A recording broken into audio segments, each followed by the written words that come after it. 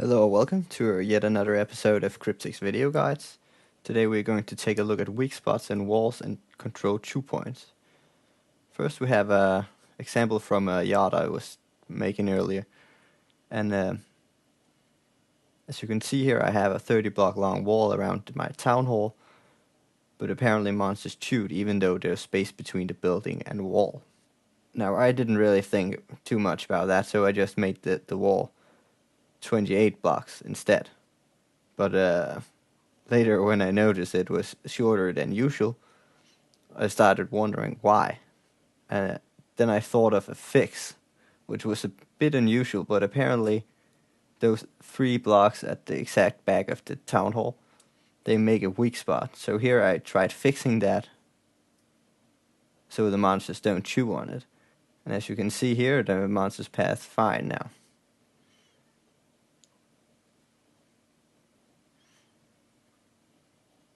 And now we're going to take a look at control chews. Well, they're actually still weak points. You can use them to make monsters chew specific places of your choosing. Now, what I found out is that monsters apparently don't really want to path much further than 6 blocks to a weak point. Somehow, space between the buildings and walls doesn't really matter when it comes down to stuff like this. I also tried to see if I could make the wall even weaker and see if that could add an additional step or something like that. But apparently that wasn't possible. Here you can see I have offset 3 blocks in a row, and I thought that would make the wall weaker, but apparently one of the offset blocks makes the first weak point in the wall stronger, so only some of the monsters decided to chew near that area. And here is actually an example of how I fixed my my wall around my town hall. Here you can see there's only a 0.5 overlap on one side of the block, and that makes the weak spot less weak. And that's also the reason why only some of the monsters decided to go there and chew. Here we're looking at double layer walls. Now I thought that the monsters would path twice as long, but apparently they don't, and I think I know why. Because I have 2 weak spots in the wall. They're about twice as strong as they were before, so the monsters aren't willing to path much further.